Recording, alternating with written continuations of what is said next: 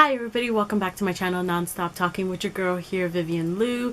Yesterday I posted my most disappointing books of 2020. So finally today I will be counting down the worst books I read in 2020. So number one will obviously be the winner in the sense that it's gonna be the worst books. I have about 11 titles to discuss today, so let's get started. Number 11 is Moon Girl and Devil Dinosaurs Volumes 2, 3, and 4. It's just kind of in a group together. And I'm really sad to do this because I enjoyed the first volume a lot. I thought it was fun and I was just ready to learn more about this superhero girl genius who's an elementary school student. I was randomly recommended this by Hoopla, and I didn't even know this was a Marvel graphic novel going into it until later on, and I was like, oh cool, there's the Hulk. And yeah, so I was looking forward to this, and I know that I am not the target audience for this series. It's definitely for younger readers, but it just it started going down this slope in volume 2, and it never picked itself back up, and I don't think I will be continuing with the series anymore, and that's just really sad because volume 1 was fun, and then I don't know what happened, and now it's starting off my worst list. Sorry. Number 10 is Undercover Bromance by Lisa K. Adams. This is the second book in the Bromance Book Club series.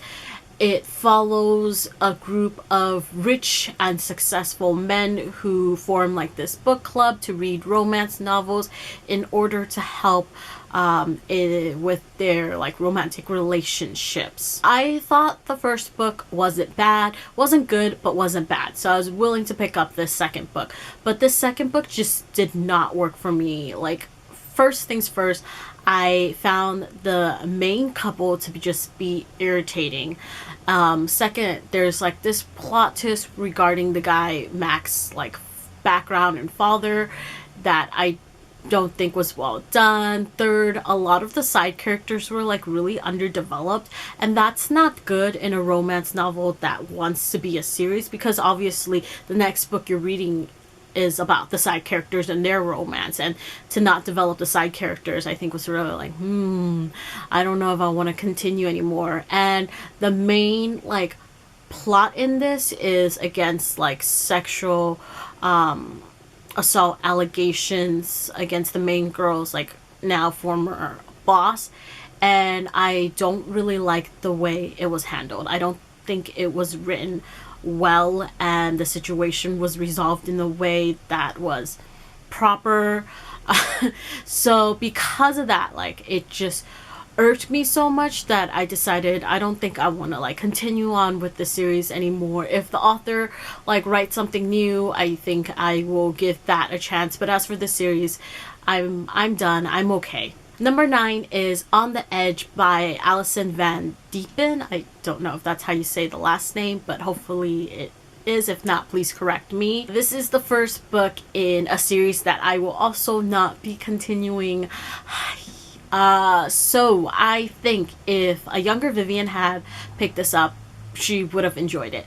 But I think the Vivian now is kind of over these good high school girl meets bad boy gangster insta love stories. I just thought the plot was so lousy and cheesy, and there were moments where gang life in this was just so simple and so easy, and it was so unbelievable and cringe at the same time. But yeah, like I said, I think I've just aged out of these stories and I no longer find them enjoyable. Number 8 is My Favorite Half Night Stand by Christina Lauren. And first of all, a friend catfishing another friend? No. A friend group that doesn't come off as friends? No. I've said this before and I constantly say it, but Christina Lauren is really like a hit or a miss for me. There is no in between, and this was a total dud. I thought the romance was really dragged out to the point where like I don't even know, like I was like, do I even want to get to the end? Like I don't care. And the main heroine, I believe her name was Millie, like she's just not someone I would support, and I was bored, and this was just not good. Number 7 is One Day We'll All Be Dead and None of This Will Matter by Sachi Cole. I think I'm saying the last name correctly because I heard it in the audiobook and it sounded like that, so hopefully that is correct. The blurb states that this is a collection of essays about growing up the daughter of Indian immigrants in Canada. It is supposed to be funny, but I found it boring. I actually didn't find it funny. I think it brought up some great points, and there were moments where I could see why people would love this and could learn from this, but that sadly wasn't me. I was expecting more reflections. That never happened. I was hoping for something more profound in certain aspects, but that didn't happen. I just don't think the writing worked for me. And after I finished, I was just like, I could have gone on never having read this, honestly. And I do understand like why some people would like this and why some people would recommend this as an educational read, but like I said, for me it was just kind of boring, kind of on the surface, like stayed on the surface level, and yeah, it just didn't work for me. That's it. Number 6 is The Ballad of Songbirds and Snakes by Suzanne Collins. What can I say about this highly anticipated Hunger Games prequel that like nobody else has said?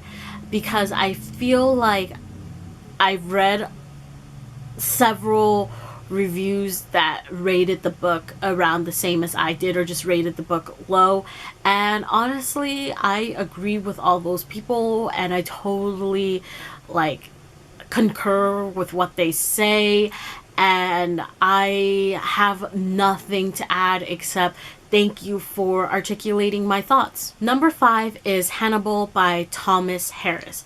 So I kind of did this thing this year where I picked up old series that I never completed and decided that I was going to finish them.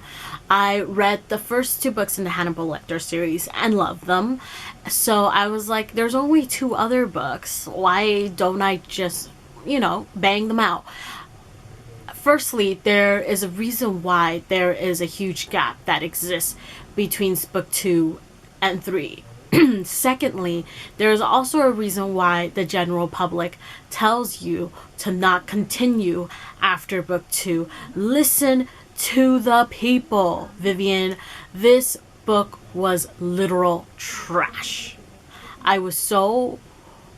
Okay, it wasn't all bad. Okay, it wasn't all bad. There were certain things that I was like, ooh, intrigue. But I think the ending and how it just fucked up Clarice and how it just wrecked her character did not sit well with me. I was really, really mad about that. They screwed her over. And it just didn't make sense. I didn't like it. And I'm not over it. I'm still mad at it. And now it's on my worst list. And with that said, I'm so mad at this 3rd book that I will not pick up the 4th book. So this series is going to be moved into my list of series I will never finish. Number 4 is Boxers by Jean Lewin Yang. This is the first book in a duology titled Boxers and Saints. The second book, Saints, was a little bit better than the first, but not by much. I just feel like this graphic novel artist, Jean Lewin Yang, hasn't been able to repeat the magic that he had for American-born Chinese. This is a weird thing. It's a magical, historical retelling involving Chinese god spirits during wartime. I know that's a terrible synopsis, but at this time now, like, I no longer care for this duology. There were just so many things that didn't work with me. The genre, not my thing. The story, not my thing. The characters, not my thing. It just, nothing really worked for me. Number 3 is Sunstone Volume 1.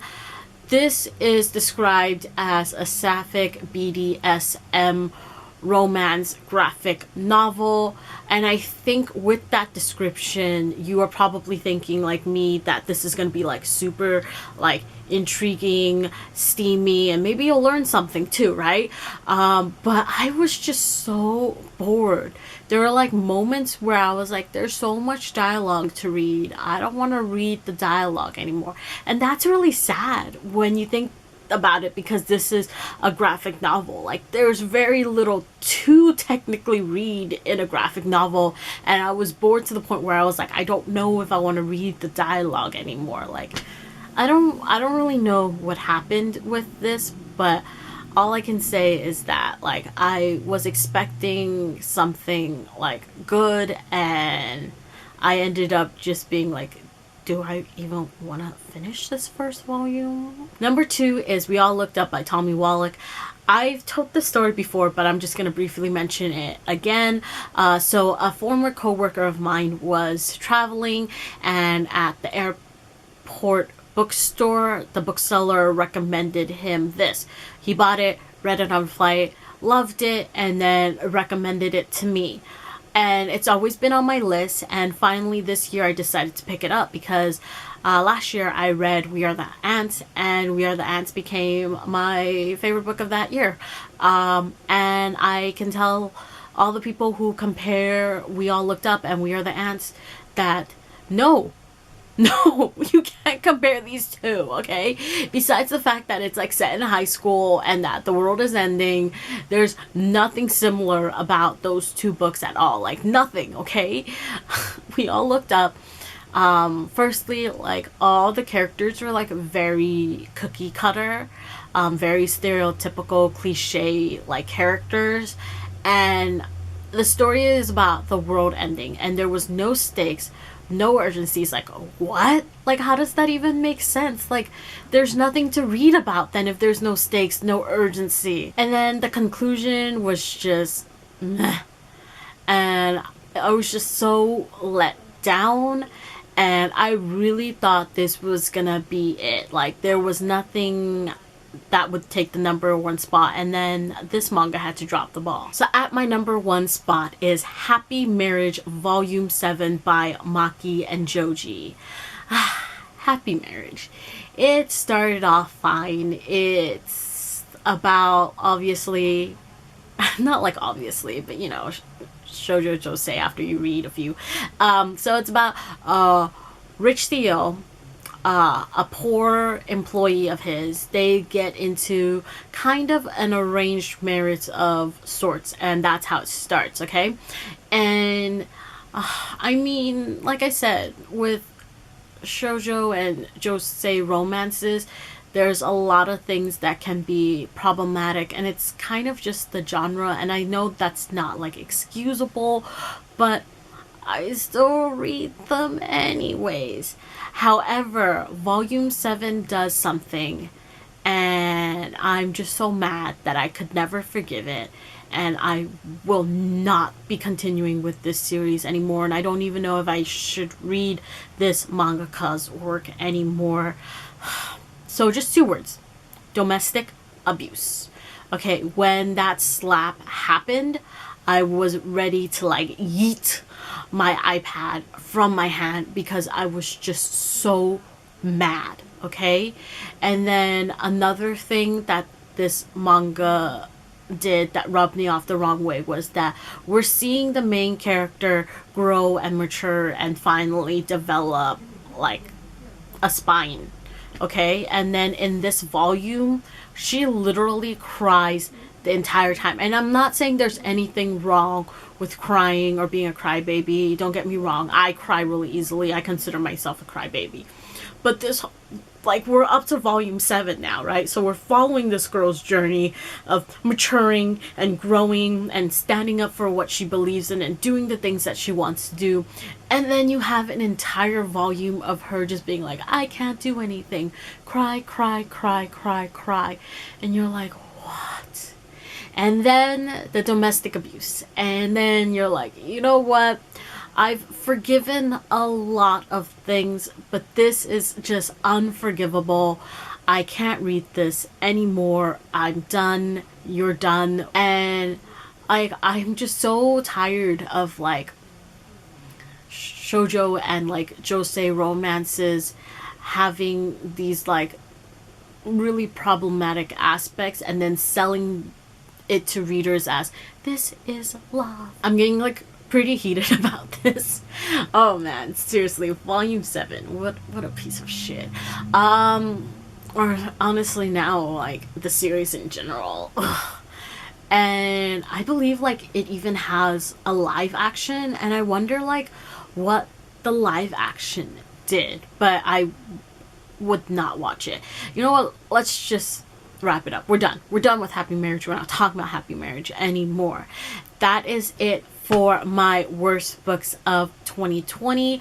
What was the worst thing that you read in 2020? Put your answer down below in the comments. I'll see you tomorrow, where I will start with like my discussion of TVs. So I have my best TV shows and movies list, and then I'll have my worst TV shows and movies list of like things I've seen in 2020. Outro time. Like, comment, subscribe. See you in my next video whenever that is. Bye.